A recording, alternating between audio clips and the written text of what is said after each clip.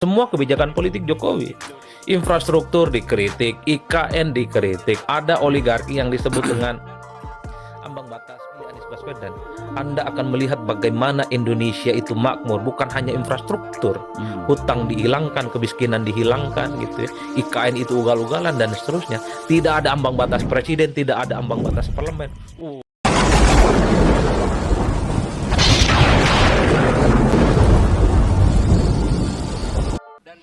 Narasinya perubahan, tapi publik tak satu pun bisa menangkap apa yang disebut dengan perubahan.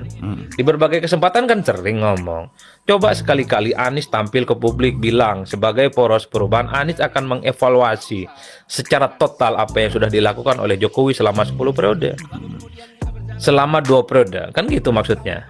Kenapa begitu, Bang? Karena pemilih Anies itu adalah pembenci-pembenci Jokowi. Pemilih Anies itu adalah mereka yang kelompok kritis dan tidak setuju dengan semua kebijakan politik Jokowi.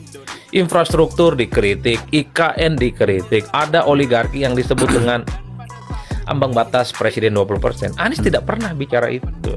Menarik kalau Anies tampil kepada publik simbol oposisi, simbol perubahan. Bahwa Anies kalau menang jadi presiden, dia akan mengubah secara total kesalahan-kesalahan fatal yang sudah dilakukan oleh Pak Jokowi. Kan itu yang sebenarnya ditunggu oleh publik. Jadi Anies sebagai figur oposisi jangan pernah takut untuk head to head dan konfrontatif. Kalau memang ada sesuatu yang janggal dan tidak oke di zaman Jokowi itu, why not? Karena pasar pemilih Anies kelompok kritis, kelompok-kelompok yang tidak suka dengan Jokowi. Sekali-kali misalnya melihat Donald Trump kan oke juga, bagaimana dia menyerang Joe Biden. Dia ingin maju lagi di Pilpres Amerika. Joe Biden bilang, Donald Trump maksud saya, dia kan sering mengkritik Joe Biden. Kata Donald Trump, kalau saya jadi presiden, kasih waktu saya 1 kali 24 jam, akan saya damaikan itu Ukraina dan Rusia. Beda dengan Joe Biden yang terkesan dia membiarkan perang itu berlarut-larut. Itu kan keren, Bang.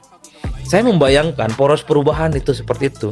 Kalau Anda memilih Anies Baswedan, Anda akan melihat bagaimana Indonesia itu makmur, bukan hanya infrastruktur, hutang dihilangkan, kemiskinan dihilangkan, gitu ya. IKN itu ugal-ugalan dan seterusnya. Tidak ada ambang batas presiden, tidak ada ambang batas parlemen. Anies harus mulai membiasakan diri, memanjakan para pemilihnya yang selama ini memang cukup tidak nyaman dengan pemerintahan Jokowi. Kan itu yang sebenarnya ingin ditunggu betul, Bang. Kalau di medsos pendukung-pendukung Anies itu kan paling galak dan paling keras mengkritik Jokowi. IKN itu dianggap sebagai kebijakan yang salah total.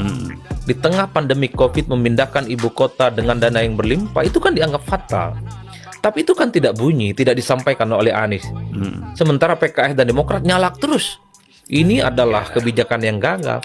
Orang melihat poros perubahan tuh di Anies, Bang, bukan yang lain. Kalau begini kan jangan pakai poros perubahan dong. Poros perubahan yang lain lah, apa judulnya? Poros penyesuaian, poros reinkarnasi, poros replika Jokowi dan macam-macam.